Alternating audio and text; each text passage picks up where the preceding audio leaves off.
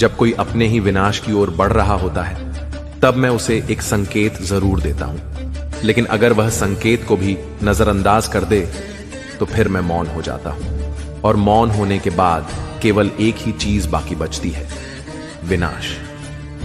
आज मेरा यह संदेश मेरे उन पुत्रों और पुत्रियों के लिए है जो बार बार दुख झेलते हैं, जो बार बार हारते हैं और फिर भी 3 ऐसी आदतों को पकड़े हुए हैं जो उनके जीवन को खा रही हैं, निगल रही हैं, बर्बाद कर रही हैं। अगर तुम इन तीनों आदतों को आज नहीं छोड़ते तो समझ लो, न कोई पूजा तुम्हें बचा पाएगी, न कोई तावीज, न कोई उपवास, क्योंकि जो स्वयं अपने विनाश का कारण बनता है उसे कोई बचा नहीं सकता। पहली आदत, क्रोध का नियंत्रण खो देना। मैं रौद्र हूं, लेकिन मेरा रौद्र विनाश के लिए नहीं होता, न्याय के लिए होता है।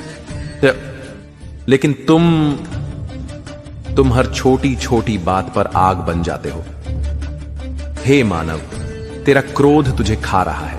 जब तू क्रोधित होता है तब तेरा विवेक नष्ट हो जाता है। तू उस समय वही शब्द कहता है जो रिश्तों को काट देता है। तू वही निर्णय लेता है जो तुझे गहराई में गिरा देता है। क्या तुझे पता है कि रावण का विनाश किसने किया? उसका अहंकार। हां, लेकिन उस अहंकार को आग दी थी उसके अनकंट्रोल्ड क्रोध ने। तू भी वही कर रहा है। छोटी छोटी बातों पर भड़कता है, बिना सोचे बोले चला जाता है। और जब तू शांत होता है तब रिश्ते, सम्मान और अवसर सब राख हो चुके होते हैं। मैं तुझे चेतावनी देता हूं, जिस दिन तूने अपने क्रोध को साध लिया उसी दिन तूने आधे विनाश को टाल दिया। लेकिन अगर तू यही करता रहा तो याद रख, तू केवल लोगों से नहीं, अपने भविष्य से लड़ रहा है और हार रहा है। दूसरी आदत, टालने की प्रवृत्ति। हे साधक, क्या तुझे नहीं पता कि समय मेरा ही एक रूप है और तू उसी समय का अपमान करता है? तू बार बार कहता है कल करूंगा। मैं पूछता हूं, कौन सा कल?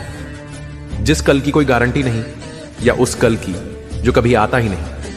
काम करने का मन नहीं है क्योंकि तू असफलता से डरता है। तू प्रयास नहीं करता क्योंकि तुझे रिजल्ट चाहिए बिना संघर्ष के। याद रख, जब तू किसी कार्य को टालता है तू केवल उस कार्य को नहीं टालता, तू उस अवसर को टाल देता है जो मैंने तेरे लिए भेजा था। तू प्रार्थना करता है, हे शिव, मुझे एक मौका दो, और जब मैं मौका देता हूं तू उसे कल पर छोड़ देता है। हे मानव, अगर तू अपनी इस टाल मटोल की आदत को नहीं छोड़ता तो तेरा विनाश तय है। तेरे सपने अधूरे रहेंगे, तेरी क्षमताएं दबी रह जाएंगी और अंत में तू खुद से ही शर्मिंदा रहेगा। तीसरी आदत, स्वयं को छोटा समझना। तू कौन है ये भूल गया है। तू मेरे ही अंश से बना है और फिर भी खुद को तुच्छ समझता है। यह सबसे बड़ा अपराध है, आत्मा का अपमान।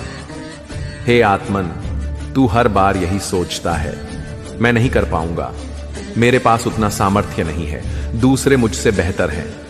ये शब्द नहीं, ये तेरे भविष्य को मारने वाले मंत्र हैं।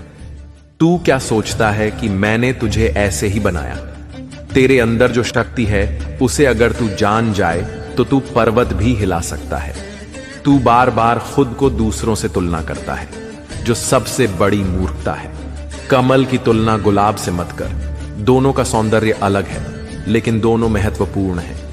अगर तू अपने अंदर बैठे इस संदेह के दानव को आज नहीं मारता तो कल ये तुझे जीने नहीं देगा। तू खुद अपने रास्ते में दीवार बनता चला जाएगा और तब तेरी हार निश्चित है। तेरा हृदय टूटेगा, तेरा आत्मबल नष्ट हो जाएगा। मैं फिर कहता हूं, तू मेरे अंश से बना है और जो मेरे अंश से बना है वो कभी तुच्छ नहीं हो सकता। अगर तुम क्रोध को जीत लेते हो, अगर तुम समय का आदर करते हो, अगर तुम स्वयं पर विश्वास करना सीख जाते हो तो तुम्हें कोई रोक नहीं सकता। लेकिन अगर तुमने इन तीनों आदतों को जकड़े रखा तो न मैं बचा पाऊंगी। मनुष्य के विनाश की जड़ है। मेरा यह संदेश हर उस आत्मा के लिए है जो अंधकार में भटक रही है, जो बार बार गिर रही है, जो सोचती है कि अब कुछ नहीं हो सकता। मैं शिव हूं, मैं तब भी साथ हूं जब तुम स्वयं को छोड़ देते हो। लेकिन अब समय है जागने का, बदलने का, छोड़ने का। अगर तुम इन 3 आदतों को आज छोड़ दो तो समझो तुमने खुद को नया जन्म दिया है।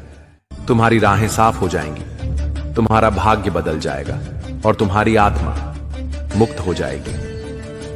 अगर यह संदेश तुम्हारे हृदय को छू गया हो तो इसे अकेले मत रखना। जिस प्रकार दीपक की लौ को फैलाया जाता है, उसी तरह इस प्रकाश को 5 लोगों तक जरूर पहुंचाओ, क्योंकि हो सकता है किसी और का भी विनाश टल जाए, किसी और की जिंदगी बदल जाए, किसी और को फिर से आशा मिल जाए।